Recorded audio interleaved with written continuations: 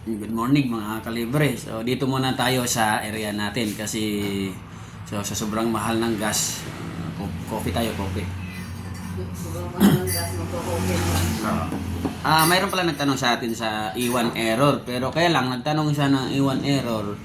So hindi naman sinabi kung ano yung, hindi pinakita sa akin kung anong ang board Mabi. So hindi ko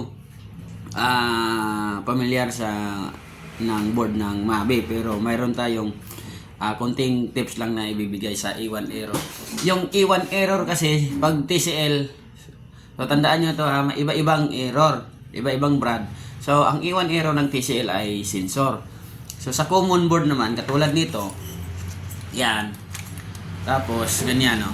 So pasilip na lang sir kung ganito yung mukha ng board nyo. So konting tips lang tayo sa E1 error. Ang E1 error ay napakalawak. So marami siyang kailangan i-consider na i-check nyo. So una, so ang description ng E1 error ay communication. Basta sa magaganitong board, yung hawak natin. So E1 error ay communication. Pag ang kamukha niyan board ng TCL or TCL na board, ang E1 error ay sensor sa indoor yun. Kaya kailangan nyo maratandaan lahat ng brand at yung mga error. E1 error, so unang i-check nyo sir yung communication. So kailangan walang putol ang communication nyo, ayusin nyo kung may dugtong. Tapos pangalawa, kailangan walang resistance yung communication nyo.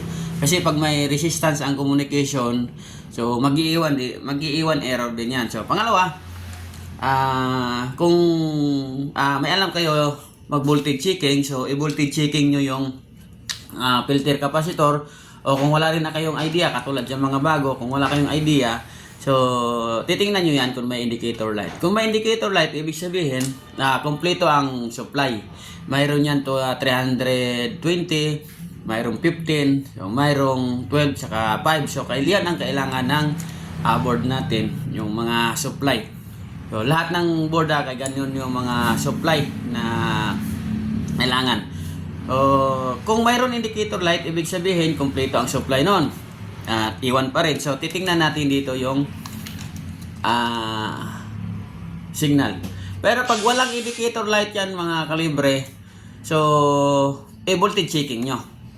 Voltage checking nyo, kung mayroon kayong nakuhang 320, tapos i-voltage checking nyo rin dito yung secondary supply. So kung wala kayong makuha ditong 15, 12, 5, so kailangan nyo i-check yung power supply. So ito, kung baguhan lang kayo, so medyo mahirapan kayo. So konting tips lang sa mga baguhan. Kung wala pa kayong idea kung paano mag-check dito, so mas okay nga ipadala nyo na lang sa marunong. Pero sa mga may alam na pag voltage checking, so i-check nyo na. Kung wala kayong makuha ang 320 dito, 320, so ang fuse titingnan nyo rin yan.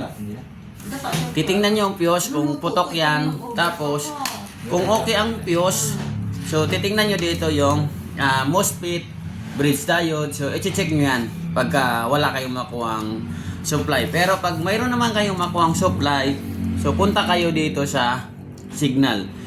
Yung S, punta kayo dyan. So may makita ka ng resistor, so diode, saka optocoupler. So i-double check nyo yan ang optocoupler kasi iyan ang number 1 din na nag-iwan error. Number 1 error. Ganito din yan. So iwan error, ganyan din yan. So pag wala supply, so i-check nyo ang diode, check nyo ang bridge diode. Yan yung mukha ng bridge diode. So yan din ang signal. So ito yung signal. Ano ba yun? Ito yung signal. So makikita nyo na naman yan kasi L, N, S. Yan ang signal. So yan lang ang mga tips natin sa araw na to mga kalibre. So yung yan ulitin natin. Una yung i-check yung communication line. Kailangan walang putol, walang resistance nga makukuha sa communication natin. Pangalawa, voltage checking kayo.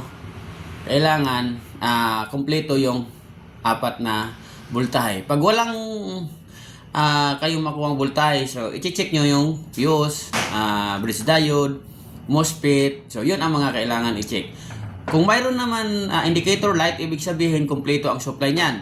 So i-check nyo yung dito sa signal. Check nyo yung diode, baka may putol yan, o ang circuit, baka basa. So SMD resistor, yan, i-check nyo rin yan. At i-check nyo rin yung dalawang saan ba yun? Ito, dalawang optocoupler kasi palaging nasisira yan. So yan, parehas lang din yan. Lahat ng board natin mayroon yan sa signal na dalawang optocoupler. So ayos.